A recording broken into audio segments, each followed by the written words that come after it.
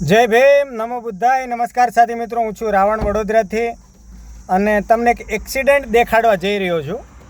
જ્યારે તમે express way ઉપર ચડો કે હાલો ને, ઊંઘ આવતી હોય ને તો સૂઈ જવાનું. હું એ જ સલાહ આપું છું, નહીંતર શું હાલત થાય તમને બતાવું. દેખાય ગમે એવો આગળ ખટારો જતો હોય, કન્ટેનર જતું હોય, એની હેઠે ઘૂસી જાય અને શું થાય જુઓ, તમારા પહેરેલા ચપ્પલે પડ્યા રહે, તમારો ધાબળો પડ્યો રહે, તમારી હાલતની આ જોઈ લો. દેખાય? એટલે કહું છું, ઊંઘ આવે ને ત્યાં સૂઈ જવાનું. તમારી ગમે એટલા કરોડની ગાડી હશે ને તો એ તમને કોઈ બચાવી નહીં લે.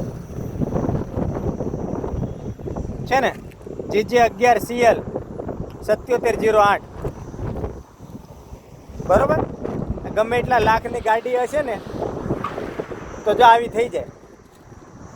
અપોલોના ટાયર હોય, હારામાં હારી કંપનીની ગાડી હોય, કઈ બ્રાન્ડની ગાડી છે ને એ ખબર નથી. જો કેવું ઉપર ચડી ગયું છાપરું, આખું છાપરું તૂટી ગયું. વિચાર કરો કેટલે ઊંધી ઘૂસી ગઈ હશે. CNG છે, જોઈ લો, પાણીની બોટલે પડી રહી. એટલે આવું ના થાય એના માટે આપણે શાંતિથી ઊંઘ આવે તો સૂઈ જવાનું કોઈ પણ હોટલે.